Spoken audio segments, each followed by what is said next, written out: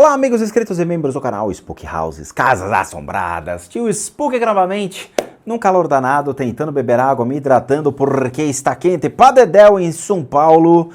Estou com 2 ventiladores ligados e estou usando agora um lapela super protegidos, não é? Para evitar certas influências de eventos.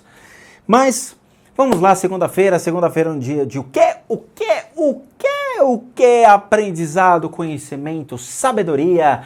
Um dia que nós colocamos vídeos para nossa incrível playlists, respondendo aos scribes, trazendo as questões que as pessoas têm. Tesperuquios, eu vi um vídeo seu e não entendi bolhufas. Pode me explicar novamente? Sim, por supuesto, porque não. E nós trazemos elucidações, então, mediante aos vídeos publicados no canais, para que vocês entendam um pouco mais sobre os assuntos que vocês mesmos têm dúvidas, né? Bora! Gisele Soares, Gisele Manotes Rodrigues e Danielius, tudo bem? Tô começando a acompanhar o canal e já até solicitei a limpeza de casa e agradeço terem me respondido e mandei até mais dúvidas por lá. Mas o assunto não é este. Tô impressionada, querido, com a gama dos assuntos postados e a forma como você fala desse mundo espiritual de forma simples, objetiva e prática. Porque tem que ser assim. Eu detesto rodeios. Eu detesto. Eu não sei ler entre linhas. Eu odeio pessoas que ficam falando de mensagens subliminares, ou seja, né? Se a montanha não vai, a montanha vai, a montanha vai, a montanha vai, a montanha, a montanha vai, Maomé, Maomé vai, a montanha vai, Maomé.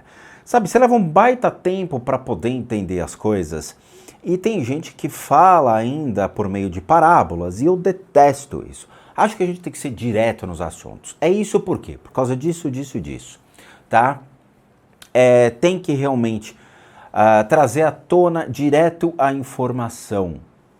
Não gosto de rodeios, não gosto. Então vamos lá. Hoje assisti sobre a oração do Pai Nosso em aramaico e até quero praticar. E quando eu vi o vídeo a limpeza de casa e a sua explicação, me veio uma dúvida. No primeiro temos que fazer uma autolimpeza para depois focarmos nessas energias que estão na casa? Você não tem conhecimento para fazer nenhuma das práticas de autolimpeza. Todos os vídeos que a gente colocou na playlist de Faça Sua Limpeza de Casas, ele visa você ter uma experiência com relação a músicas que foram colocadas. O que acontece é o seguinte, eu achei um CD há muito tempo atrás, numa loja de Umbanda, e me encantei, porque ele traz uma versão dos pontos cantados da Umbanda, numa versão MPB.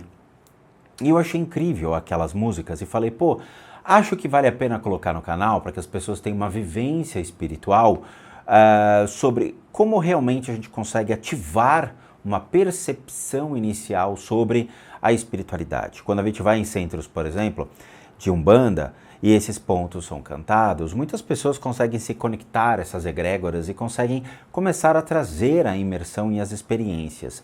Então a ideia é fazer com que você se aproxime desta experiência fazendo em sua própria casa. Então eu explico no vídeo como as pessoas devem proceder, ficar sentadinhas ou ficar de pé, ter as percepções e tudo mais. Mas muita gente, por exemplo, teve medo de fazer esse tipo de exercício por não saber muito bem o que é Umbanda e algumas pessoas até por preconceito religioso, sim. E aí eu diversifiquei colocando então pontos católicos. Pontos católicos eu diria seria realmente música, para que as pessoas pudessem utilizar o mantra em aramaico do Pai Nosso para fazer um mesmo exercício. O mesmo. Então é um despertar inicial das percepções para que as pessoas possam vivenciar uma conexão com o divino, o seu divino, na verdade, né? E aí o que acontece? As experiências, elas são intrínsecas ao indivíduo. Eu não sei o que pode vir a acontecer com os indivíduos, com as pessoas, coisas ruins que não vão, até porque senão eu teria tirado essa playlist. Então você vai ver os comentários são unânimes em agradecendo realmente por terem experimentado e vivenciado um início de conexão mediante a uma simples percepção do que um ponto cantado ou como utilizar realmente uma oração a favor da sua evolução espiritual. É puramente isso. A autolimpeza vocês nunca vão conseguir fazer, porque o procedimento de auto-cleansing ou autolimpeza, como obviamente eles falam no Oriente, né, o auto-cleansing ou self-cleansing, ele remete a muitos anos de conhecimento. Aqueles que seguem, por exemplo, a medicina tradicional chinesa, sabem muito bem como trabalhar o fluxo de energia, como trabalhar o procedimento de Yin e Yang, como trabalhar o Zhang Fu, como trabalhar os 5 elementos dentro da medicina tradicional chinesa. Para aqueles que seguem outras religiões, como o budismo, como religião, ele tem práticas de autolimpeza e autopurificação mediante as consciências que são ativadas, são consciências búdicas a qual você utiliza para fazer essa purificação. E aí são trabalhados os 5 venenos da mente, tá? E assim por diante. Ordens esotéricas sabem também trabalhar esse procedimento de self-cleansing ou auto-cleansing. Se você não pertence ao budismo tibetano, se você não pertence a uma ordem esotérica que ensina essas coisas, se você não tem conhecimento sobre os meridianos, sobre os canais de energia, não possui um curso de medicina tradicional chinesa, você não sabe fazer self-cleansing ou auto-cleansing, a autolimpeza. Então, não sabe fazer, não faça, não faça. Existem muitas síndromes que são geradas por um procedimento errado de autolimpeza. Por exemplo, a síndrome de Kundalini, que sim, é uma enfermidade seríssima vista no Oriente por yogis ou por pessoas que foram excederem suas técnicas ou mesmo fazer procedimentos errados com base em achismos. E aí o que acontece? Dá pressão alta, problemas renais e até derrame. Isso chama-se síndrome de Kundalini. E essa síndrome pode sim afetar o indivíduo, pode levar o indivíduo a ter sérias crises de histeria, problemas seríssimos de personalidade, problemas de depressão, tá? Mas isso são doenças relacionadas a praticantes de essas artes de meditação. Se você não faz isso, não é justificável sua enfermidade. Antes que comece a me bombardearem um e-mail dizendo Edson Spook, eu tenho 12 anos, eu acho que eu tenho síndrome de Kundalini. Não! É uma doença de yogis, é uma doença de pessoas que praticam errado técnicas de meditação. É sério, tem gente que não entende o que a gente fala e manda e-mail assim, tá? Então eu fico chateado, por quê? Porque eu falo, é uma doença de yogis. É uma doença de praticantes de técnicas meditativas que excedem ou exageram ou recebem instruções erradas e acabam desenvolvendo esta síndrome. Ela é conhecidíssima no Oriente e gera realmente vários problemas emocionais, físicos e mentais ao indivíduo. Prestem atenção no que eu disse, ok?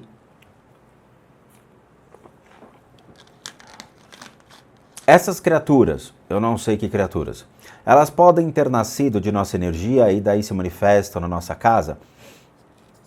Novamente, falha de conhecimento. Nenhuma criatura origina-se da sua energia. Você é o obsessor de amanhã. Você é o obsessor de amanhã. Guarde isso. Então não origina-se de você. Ele é você. Você é o seu obsessor amanhã. Isso é muito interessante porque eu sempre falei, né, que a tendência é que realmente as pessoas se tornem obsessores no futuro. Por quê? Porque as pessoas não têm um senso de autocrítica. As pessoas deviam começar a se avaliar, se questionar, entender as relações causais da vida, entender os porquês da vida. Então vamos lá. Você acorda, a primeira coisa que você faz é pegar o telefone celular, ver se tem mensagens, com certeza. Depois fica vendo Instagram, Facebook, Twitter. Fica acompanhando perda de tempo, comentários idiotas, posturas retardadas de canais, de pessoas, comentários de esquerda, direita, políticos, comentários que realmente não te agregam em nada. Aí você perde a manhã toda vendo essas mensagens, vai trabalhar ou vai estudar, né, vai para a faculdade e tal. Mesma coisa, durante a aula você fica conversando com as pessoas via WhatsApp, você fica conectado, você não presta atenção nas coisas, você não direciona o tempo para você se perde ao longo de toda a sua vida. Você se torna marionete na mão de uma sociedade, na mão de pessoas, na mão de mídia, e você não dedica seu tempo para o que realmente presta, ou seja, a você. Ao tempo que você tem para estudar coisas legais, estudar um instrumento musical, estudar algo que presta na sua vida, ler livros, frequentar a academia para fazer práticas de exercício físico para que o seu corpo, obviamente, não adoeça mediante a alimentação errada que todos nós temos. Uma sociedade que te empurra aquilo que eles querem que você coma, não aquilo que você deveria comer de maneira saudável. E aí vai, entendeu? Quando chegar no seu leito de morte, você vai olhar para trás e vai falar, porra, mas eu acho que eu nunca dei atenção a mim. A gente dá atenção a tudo e a todos, menos a nós mesmos. Nós adoecemos porque nosso corpo quer chamar a atenção dizendo, cara, você ficou doente, você sabia disso? Não, tudo bem, doença, espera um minutinho aí que eu estou resolvendo um problema aqui no Twitter e aí a gente já conversa. Então a gente perde muito tempo da vida com futilidades e aí quando a gente realmente parte, né, o corpo perde a força vital, a gente entra no mundo que nos remete a nos tornarmos obsessores, pelas nossas obsessões, pela nossa vaidade, nossa inveja, nosso orgulho, nosso apego e N outros, porque esse processo foi evoluindo, tá? Então existem as depressões, existem as doenças mentais e emocionais que estão sempre em evolução, o ser humano sempre está descobrindo uma nova. E aí você, obviamente, é o obsessor de amanhã, tá? Então essas criaturas é ótimo. É você que é uma criatura, Gisele. Você, se não trabalhar a sua energia, se não trabalhar a sua forma de pensar, se não trabalhar a maneira como você vê a vida, se não realmente ver a vida como ela é, você vai se tornar um obsessor. Ainda estou vendo seus vídeos, eu percebi. São muitos, mas até agora onde eu vi essas são minhas dúvidas.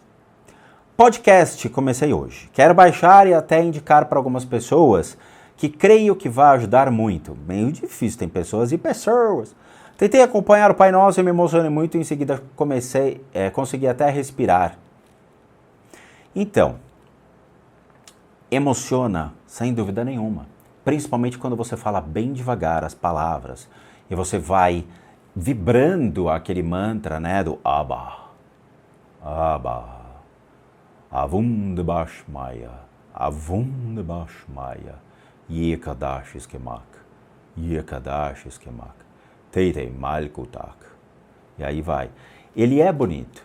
Existem mantras que são gigantescos, tá? Ele é um mantra, são palavras que têm força, obviamente, dentro do judaísmo, e ele traz para você uma vibração muito forte, onde você tem uma maneira de trabalhar ainda mais essas energias. Tô passando coisas pesadas aqui, mas os vídeos sobre espiritualidade têm me dado um starts, sabe? E ao mesmo tempo eu fico me perguntando como ter certeza que a energia foi embora e que realmente não tem mais nada. Nunca. A energia sempre vai ser alimentada, sempre, sempre. Sabe, é assim, por que existem práticas constantes? Por que um monge sempre fica fazendo os mesmos mantras durante a vida inteira? Não bastava fazer um, expurgou e acabou? Não. Porque a nossa mente sempre vai trazer à tona as mesmas questões. A mente sempre vai gerar dúvidas, a mente sempre gera questionamentos, a nossa mente, ela não para. Uma vez um guru indiano me perguntou, né? O Rodrigos, os seus pensamentos, eles são seus ou alguém os colocou aí dentro? E essa é uma questão maravilhosa, porque remete à percepção de que nossa mente, ela é um fator interpretativo e julgador ao mesmo tempo. Uma das consciências que nós temos, além, obviamente, das 5 consciências sensoriais, olfato, tato, paladar e blá blá blá, a gente tem uma consciência interpretativa que vai nos dar valor sobre o que devemos ou não. Então você vê uma água, você tem a sensação tocando se ela está gelada ou não. Você tem a percepção do gosto da água, de querer ou não beber. Quem vai lhe dar essa diretriz dizendo devo ou não beber, estou ou não com sede, é uma das 8 consciências, o qual vai interpretar e vai falar, sim, estou com sede, vamos tomar um golinho d'água. E aí você faz a ação de beber para matar a sua sede. Então, você precisa ter essa constância de self-cleansing, de autopurificação, porque toda hora sua mente ela vai lhe gerar uma vontade, ela vai gerar um desejo, e muitas vezes é um desejo de fora para dentro, quando você é muito bem treinado, dentro das habilidades de poder expurgar as informações que estão dentro da sua mente agora. Então você recebe uma informação, por exemplo, você está dirigindo um carro, vê um outdoor, sei lá, coma tal comida. Essa comida, você recebeu a informação na sua mente, você interpreta aquilo, gera vontade e te dá a percepção dizendo, como aquela comida, cara, é legal, acho que você vai gostar, vai se sentir bem, mas ela é momentânea, porque você vai comer naquele momento, depois de 2, 3 horas você vai estar com fome de novo, daqui 2, 3 horas você vai estar com fome de novo, e de novo, e de novo. E é assim que a sua mente trabalha, sempre te autoalimentando de informações. Algumas prestam, outras não. Algumas são prejudiciais, outras não. Então a gente sempre está sujando o nosso corpo de energia, a gente sempre está recebendo formas de pensamento, nós sempre estamos recebendo informações. É assim. Por que você acha que um lama, por exemplo, um tulco ou um grande sábio vai morar numa caverna? Para que ele não receba essas informações, para que ele possa se transformar realmente num copo completamente vazio, longe de qualquer tipo de influência externa, ou qualquer tipo de informação que venha para ele. É por isso que existem os retiros, é por isso que existem, por exemplo, as carmelitas, né, que ficam fechadas, enclausuradas, para que nós não mais recebamos as mensagens que possam influenciar e prejudicar a nossa vida. E você fala sempre sobre nossa postura espiritual. Na sua concepção, por exemplo, uma pessoa que faz coisas ruins, mas no leito da morte pede perdão e se arrepende, ela consegue se libertar e seguir para o processo de luz? Nunca. Nunca. Nunca. Vamos lá. O cara matou, roubou, estuprou, o cara usou drogas, o cara fez tudo, tacou um belo dane-se pra vida, prevaricou em cima das pessoas, ironizou, criticou, satirizou, foi um cara nojento a vida toda. Você acha que esse cara no leito de morte, ele vai chegar e vai falar, foi mal aí, hein, gente, não queria ter ofendido vocês. Cara, foi mal, hein. Eu realmente não sei o que eu tava fazendo, eu exagerei, tá? Foi mal. Mas é nunca. Vamos lá. Quando a gente comete algo ruim contra uma pessoa, não é só uma atitude física gerada por uma fala incorreta, por um pensamento incorreto ou por uma postura incorreta nossa. Mas fica um registro kármico, porque você gera ação e reação. Esse registro kármico é o que vai fazer a pessoa se fuder na próxima vida. E eu falo com vontade, porque vocês, pessoas, têm que entender que tudo na vida é causa e efeito. Quando você ofende uma pessoa, quando você realmente direciona raiva, ódio contra um indivíduo, você não está fazendo mal para ele, você está fazendo mal para você. Você está afetando você. Você está demonstrando que você é uma pessoa cheia de energias ruins. Você está se condenando para não somente nessa vida receber tudo de ruim, pois você vai atrair semelhantes, mas também para uma próxima vida, onde você vai acumular tanta energia ruim que você, se tiver a chance de voltar como um animal, agradeça. E é isso que as pessoas nunca perceberam, que tudo aquilo que você faz de ruim para o próximo não só representa aquilo que você é como um ser horrível, muito ruim, mas também para o que vai acontecer em sua vida, tá? Então, existem muitas situações, até mesmo que aconteceram comigo, que remete exatamente a esse exercício, onde a gente fala para a pessoa, cara, para de me ofender. E a pessoa continua. Aí a gente fala, cara, você não entendeu o que eu faço e você está me julgando pelo seu achismo. E a pessoa continua. Aí eu olho para a Dani e falo, dê graças a Deus se esse cara morrer. Porque assim ele consegue parar a ignorância dele e se projetar para uma próxima vida. Quem sabe uma próxima vida que ele volte como um animal para entender o comportamento animalesco que ele teve ao longo da sua vida e que consiga colocar a sua consciência no lugar e voltar como um ser humano para uma nova oportunidade para ser novamente uma pessoa e tentar fazer algo bom para o próximo. Entendem? Então você é aquilo que você vibra. Existem 3 princípios que são importantes no budismo. A mente de Buda fala de Buda e o corpo de Buda. Quando você tem a mente correta, você não projeta formas de pensamento, você não julga, você não avalia de uma maneira instantânea ou, como posso falar, quando a gente julga de primeira, entende? Você simplesmente observa, você não faz juízos. Quando você fala, você realmente projeta a fala correta. A fala correta é uma expressão perfeita de algo que você precisa falar. As palavras são contadas, elas são mensuradas. Você não exagera, você passa a informação correta, precisa para aquela pessoa. E a postura correta não é só uma questão de corpo físico, mas é uma questão de ação, de se mover de maneira correta, de andar de maneira correta, de se locomover de uma maneira correta entre os meios.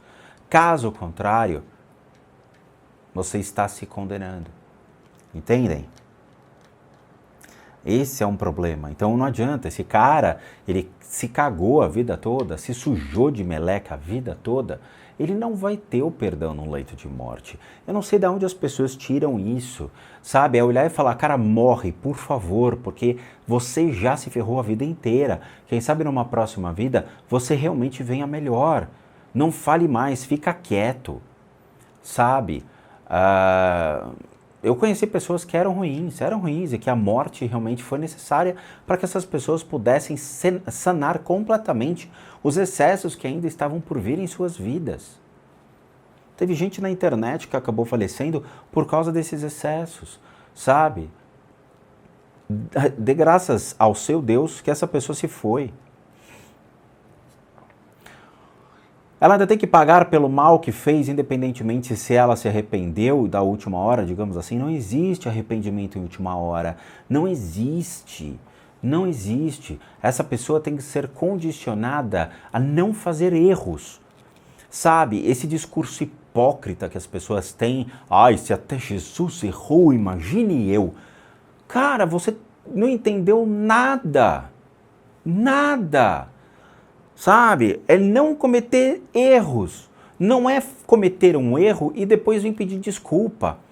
Eu matei o seu filho, né? Desculpa, porque se até Jesus errou, imagine eu. Porra, você tirou a vida de uma pessoa, cara. Sabe? É assim. Para de ficar pedindo desculpa. Para. Não peça desculpas. Não cometa erros. Antes de tomar uma atitude, antes de fazer alguma coisa, pense. Pense em ação e reação. Se eu fizer isso, que tipo de reação pode vir a ter? Se eu andar um passo para frente, que tipo de reação pode ter?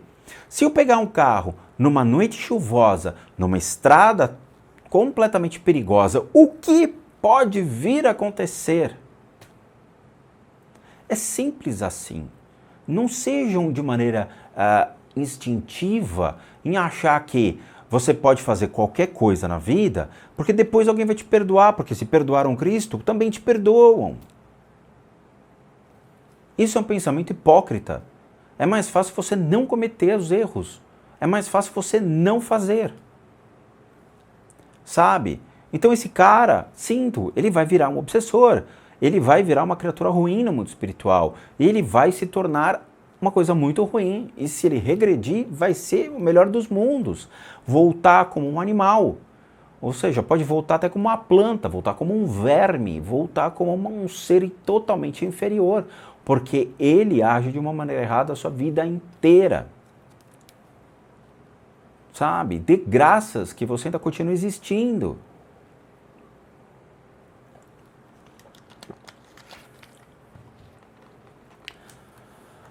Parararará, vamos lá. Então tá bom. Já respondi, Gisélios. Travou aqui, agora não travou mais. Vamos lá. Carla Marchi. Carla, com 2 L's, é chique no último. Carla Marchi. Olá, tio Spock, tudo bem? Eu sou chique, eu tenho 2 L's no meu nome. Conheci seu canal há pouco tempo e adoro. Ainda estou maratonando os vídeos, então não sei se o senhor já falou sobre isso. Mas em todo caso, vamos lá. 1. Estava vendo no Instagram uma postagem sobre cobrir o umbigo. Já tem vídeo no canal. Assim evitamos que as energias negativas se conectem a nós. É verdade ou história para boi dormir? História para boi dormir para vender band-aid para você. Entendeu? De novo, existem as crendices populares e as pessoas amam crendices. Amam. Quando a gente olha para o Oriente, a gente descobre que nós temos milhões de pontos de energia, isso dentro do conceito de meridianos da medicina tradicional chinesa. Quando eu fui fazer Tai Chi, eu descobri que existe um ponto chamado Tantien, que fica 2, 3 dedos abaixo da região do umbigo, se não me engano, e que ele é um ponto onde os praticantes de artes marciais e também de Tai Chi, eles utilizam para absorver energia e projetar energia. Ok. Ele é um ponto mestre? Não é. Ele é um ponto tão importante assim dentro da medicina tradicional chinesa? Não, porque todos os pontos são importantes. Existem outros pontos que absorvem energia? Sim, muito mais fortes que o próprio Tantien. Existem outros pontos que movimentam energia no corpo? Sim. Então ele simplesmente é um conceito dentro das artes marciais, no Kung Fu, no Tai Chi. Beleza. Aí quando vem para cá, pro Ocidente, o ocidental olha aqui e fala, porra, mas se aquele ponto é utilizado dessa maneira, para absorver e projetar a energia, né, para dar o golpe, significa que ele é o principal ponto do corpo humano. Então, se eu tampá-lo, não vai entrar energia negativa. Porra, por que você não enfia uma rolha no seu... Que daí impede também de entrar e sair energia, né? Então, desta maneira, acredita-se neste ponto da crendice popular, cria essa crendice popular, manipula-se a informação em prol da ignorância daqueles que projetam. Hoje mesmo eu fui ofendido por uma senhora de idade no canal, que veio hipocritamente falar que o cara acha que sabe de tudo. Eu tenho mais de 30 anos de estudos dentro da espiritualidade e vi muita coisa acontecer, inclusive burrice. E esta é uma das burrices. Quando você faz o curso de medicina tradicional chinesa, e eu fiz isso, estou fazendo na minha graduação e na minha pós-graduação, uma especialização ainda mais dentro dessas práticas, nós vemos exatamente milhões de pontos do corpo humano, principalmente na auriculoterapia, na medicina tradicional chinesa e na acupuntura. Todos esses pontos estão relacionados com um órgão, com emoções e até mesmo com a sua mente. Todos eles têm uma extrema importância para a harmonia do seu corpo. Não é um que vai se destacar. E é engraçado, porque quando a gente faz a auriculoterapia, existem 3 pontos que são extremamente importantes e fundamentais ao início de colocar as primeiras agulhas numa orelha de um indivíduo. Tem o ponto 0, tem outros pontos que você coloca, até mesmo tem gente que vai direto nas glândulas, tem gente que coloca na adrenal. Por quê? Porque é de uma extrema importância pré-determinar uma condição inicial para os principais pontos que envolvem os problemas físicos, emocionais e mentais, para depois começar a tratar a enfermidade. Não é o ponto Tantien que fica abaixo do umbigo e a qual eles acham que tampando o umbigo vai impedir. Dentro do budismo tibetano, por exemplo, nós acreditamos em 5 pontos, 5 chakras, 5 fluxos de energia. Um desses fluxos de energia envolve a região do umbigo, porque é onde nós nascemos, é o ponto que está relacionado ao nosso nascimento. Mas existem outros pontos que são considerados como pontos secretos, que ficam até próximo da região do umbigo. Ou seja, ele não é um fator principal, ele é um fator inicial dentro do budismo tibetano, por exemplo, como uma crença.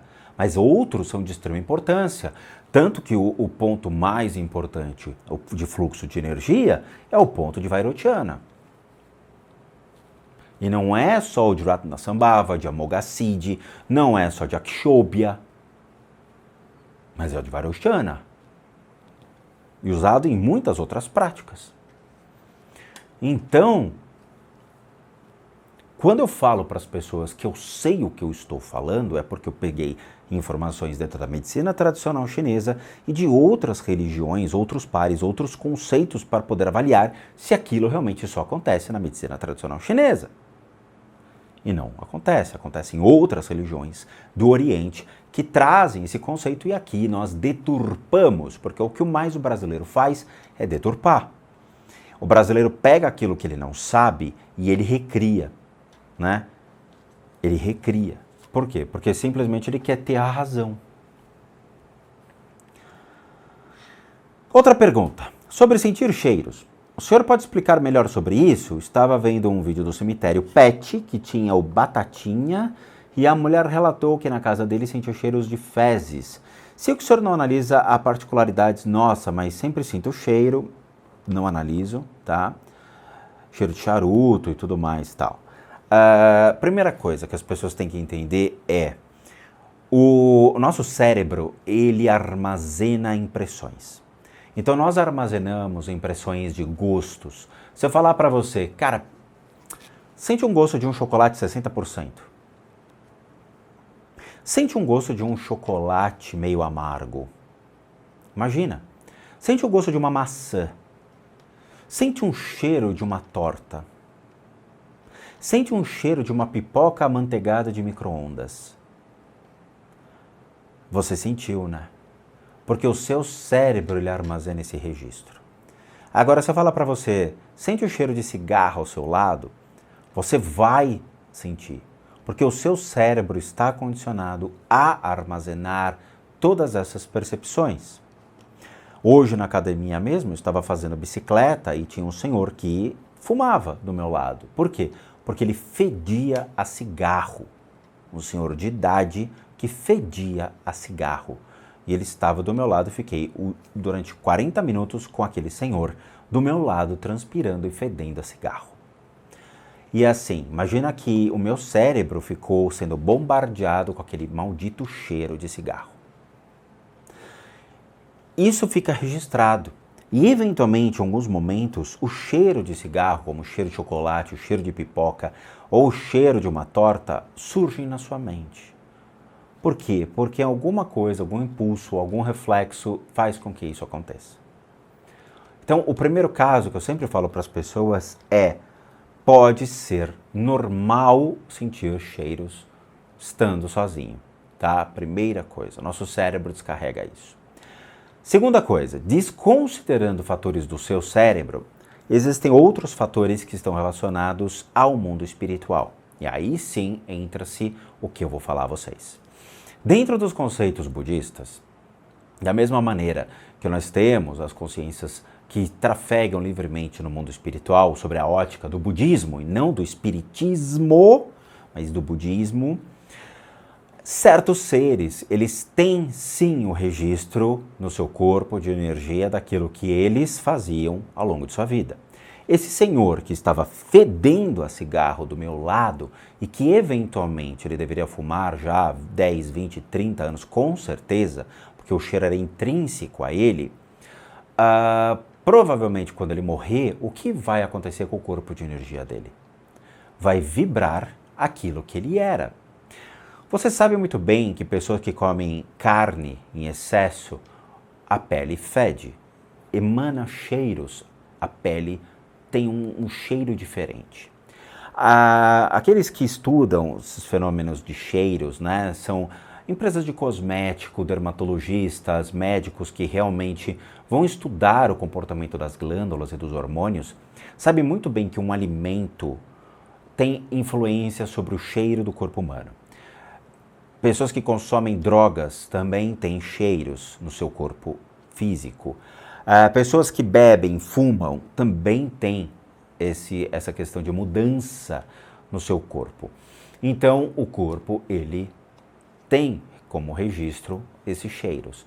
Quando uma pessoa morre e ela realmente era uma pessoa que consumia todas essas substâncias, esse corpo vai vibrar esse tipo de coisa, essa energia. Então, é factível certos seres de vícios terem sim a emanação de cheiros de seja o maconha ou mesmo de cigarro, tá? E isso acontece sim, e muitas vezes já entramos na casa das pessoas e mostramos aqui no quarto dorme uma pessoa que fuma. Como é que você sabe? Não é pelo cheiro, porque às vezes eu faço da porta esse tipo de análise, eu nem entro no quarto da pessoa, porque realmente tem um obsessor de vícios lá dentro. Um outro ponto, quem pede limpeza de casas à distância, e tem muita gente que pede, sabe exatamente que nós fazemos isso. Durante o procedimento de limpeza de casas à distância, nós identificamos falando, aqui tem sim um obsessor de vícios. Mas como se o Rodrigo está vendo um vídeo à distância e ele sabe que tal pessoa fuma? Por causa da identificação desses seres, tá? Então, são duas possibilidades que acontecem com você. Uma delas é, ou realmente, ou é o seu cérebro descarregando essas informações, ou existe sim um obsessor de vícios perto de você, mas você nunca vai saber, é muito difícil. O que ele pode te fazer é consumir drogas. Então, o obsessor de vícios, ele se conecta a você e faz com que você tenha vontade de fumar, vontade de beber, vontade de consumir certas substâncias que o mantinham vivo ainda, né? Ou seja, que eram lembranças dos seus prazeres. Aí sim. Vamos lá. Fabi, seu olhar tão triste. Rodrigues, o que você pode me explicar sobre as supostas possessões sugestionáveis que acontecem nas igrejas cristãs? Ué, você já explicou, elas são sugestionáveis. As possessões demoníacas. Eu não entendo isso como que seja um demônio, porque não acredito em demônios. Apenas em espíritos e espíritos obsessores. Mas também já pensei muito sobre hipnose neurolinguística e também atores fazendo esses shows de horror na igreja. E desculpe caso você já tenha falado sobre isso no canal. Olha, vamos lá. Eu não posso falar numa totalidade, até porque eu não acompanho o que acontece nas igrejas, eu não sou católico, não sou cristão, não pertenço a nenhuma vertente, nunca pertenci e fico longe das igrejas, tá? Por quê? Porque quando você estuda teologia liberal, você sabe que tudo aquilo que ele está falando no púlpito não é verdade. Então, para mim, não faz diferença o que ele está pregando. Não é algo que me atrai, não é algo que realmente mudaria a minha forma de pensar sobre Cristo. Sobre o que é visto nas igrejas. Eu já vi, por exemplo, anúncios de pastores que estariam contratando pessoas para atuarem nas igrejas. Eu não sei se era verdade ou não, mas eu já cheguei a receber tais anúncios. Transita na internet. Outro dia eu vi realmente um cara no púlpito incorporado lá, né? E o pastor querendo tirar a criatura tirar. O cara levantou, falou pastor, falou gente, e foi embora do púlpito e deixou o pastor tipo, porra mano, a gente tinha acordado aqui, como é que é o negócio? E o cara foi embora, entendeu? E aí vai, eu sei que por, obviamente, conversas, que eles cobram de 50 a 100 reais para fazer aquele processo de encenação na igreja, tá? Por quê? Vamos entender o racional disso tudo. A igreja sempre condenou um demônio, um diabo. Você já viu esse diabo? Eu nunca vi. Ele já se personificou na sua casa? Eu nunca vi. Nunca vi. Eu sempre quis ver um diabo, um demônio, mas vamos lá. Eu gravo para o canal há 6 anos, eu estudo espiritualidade há 30. Eu nunca vi uma manifestação demoníaca de verdade ou um demônio surgindo aqui na minha frente falando, olá, eu vim pegar a sua alma. Não. E eu ainda gostaria de ver se isso realmente é factível e gravar para o canal, tá? Mas isso nunca aconteceu. O que remete, então, à amostragem zero de todas as provocações que nós fazemos aqui. Mesmo se eu fizesse o testando demo com Bafomé, Belial, com Satangos, o que for, nada vai aparecer. Nada vai aparecer. Então, remete a acreditar que realmente os demônios manipulados pela igreja nunca existiram. Mas eles precisavam de um inimigo, eles precisavam de algo invisível, que fosse um malfeitor na vida das pessoas, principalmente na época da Idade Média, onde realmente essa alcunha do diabo, do demônio, do cão que botou para nós beber, vendia absurdamente. Hoje, as pessoas dão muita risada dizendo, cara, não tem diabo, não tem demônio. A gente colocou um podcast aqui chamado Diabo Revelado que explica tudo, a origem da palavra diabo, demônio, satanás, bíblica e como isso surgiu e como isso se estende até os dias de hoje, tá? A não comprovação da existência desse ser, mas a manipulação para que as pessoas pagassem o dízimo e ficassem escravos de sua fé, principalmente no que diz respeito à proteção da igreja. E é engraçado porque se vocês forem ver as igrejas antigas, que ainda são remanescentes na Europa, vocês vão ver que existem caixões dentro da igreja. Caixões dentro da igreja. Por que que existem esses mausoléus dentro da igreja? Porque eram pessoas da realeza que compraram o direito de serem enterradas dentro de um solo sagrado, achando que iriam ser encaminhadas ao paraíso, enquanto que o povão, ou aqueles que ainda tinham uma graninha, né, eram enterrados em valas comuns ou alguns fora da igreja, num jardinzinho, né, aqueles que tinham grana, mas não o suficiente para serem levados ao paraíso. Ou seja, o paraíso é uma questão de meritocracia. Se você tem dinheiro, você vai para o paraíso. Caso contrário, você fica aí, ó, numa vala comum e reze para que o diabo não lhe pegue. Hoje, a igreja precisa ainda vender a imagem do diabo, eles precisam vender a imagem do mal. Essa venda da imagem do mal se dá por uma representação alegórica que eles criaram, que seria esse processo do dito exorcismo em um púlpito. Por quê? Porque eu preciso representar a cena de como seria eu, um padre, um pastor, algo extremamente poderoso, a representação de um Deus na terra, domando e domestificando um ser bestializado. Já que ele não vem até mim, eu pago para alguém encená-lo e eu mostro para as pessoas como seria. Não existe. Tudo aquilo lá, ele é uma base de uma alegoria, um arquétipo, algo para se vender, para se comercializar a imagem de como seria a igreja, escravizando o dito diabo e demônio que ninguém nunca viu, tá? É isso. Eu sei que muita gente vai ficar puta, vai falar, ai, que horror! Mas a verdade é essa, eu nunca vi um diabo, eu nunca vi um demônio, nunca vi uma criatura desse tipo, tá? Gostaria de ver? Porra, se eu gostaria. Gostaria de gravar pro canal? Mas é claro, gostaria de trazer aqui junto com os EVPs para lhe falar, eu vou te pegar. Ai, meu Deus, mas não, tá bom? Não, até agora o que eu só vi foram obsessores, foram realmente consciências de pessoas que faleceram, foram essas energias, que são energias, obviamente, de criaturas que estão perdidas dentro desse mundo espiritual e que não têm essa força como os diabos e demônios, como as pessoas querem que eles tenham, tá? Gostaria, mas não tem, tá bom? Então é isso, eu agradeço de coração, muito obrigado por assistir o vídeo até agora.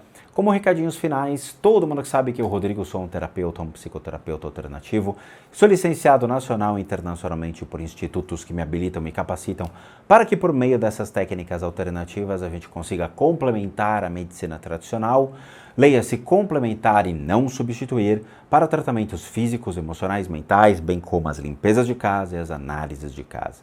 Para aqueles que querem solicitar esse tipo de coisa, devem encaminhar um e-mail para limpezadecasas@gmail.com e lá obter todas as informações e os valores, tendo em vista que eu sou um profissional de terapias alternativas. Para aqueles que querem ajudar o canal, nós temos 2 sistemas de doação. Um deles é o programa Seja Membro, que você clica aqui abaixo tornando-se membro do canal. E você pode doar R$8, o que nos ajuda muito a continuarmos firmes e fortes na plataforma, bem como o sistema PayPal, também encontra aqui, então nós temos o Seja Membro e o PayPal. O PayPal você clica e é levado por uma pagininha, você doa o valor que você quiser e puder, que nos ajuda e muito, ok? Bom, como final, nós temos o nosso site, casasassombradas.com.br, com muita coisa legal para vocês. Vejo vocês nos próximos vídeos e bons sustos a todos nós.